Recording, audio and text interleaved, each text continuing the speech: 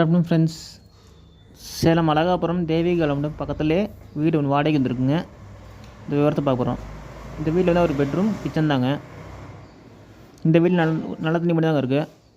இந்த வீட்டோட வாடகை வந்து 5200ங்க. அட்வான்ஸ் 15000.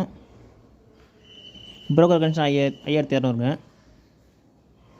பெட்ரூம் நீட்டாக சின்ன செல்ஃப் கொடுத்துருக்காங்க நீட்டாக. வென்டிலேஷன் நல்லா இந்த வீட்டில்.